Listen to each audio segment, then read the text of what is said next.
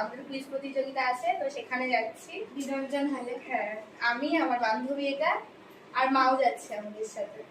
দিদি আর ছোট বাবা বাড়িতে থাকবে, তারপর আসবো, তখন আবার দেখা হচ্ছে। আসছি। হ্যাঁ,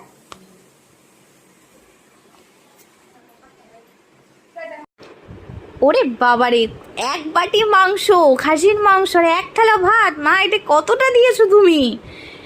যাই হোক, মা পাশ থেকে বলছিল ভাতের থালাটা উঠাস না, তুই মাংসটা দেখা। ঠিক আছে, চলো খেয়ে নি।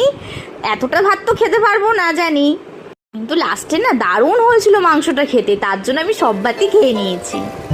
কি 7 হয়েছে। 7? ও, আমি ভাবলাম থার্ড হয়েছিস। আরে অনেক ফার্স্টের রাউন্ডে ফার্স্ট হয়েছে। না, আমি সব মিলে লাস্টে কি হলো 7 হয়েছিস।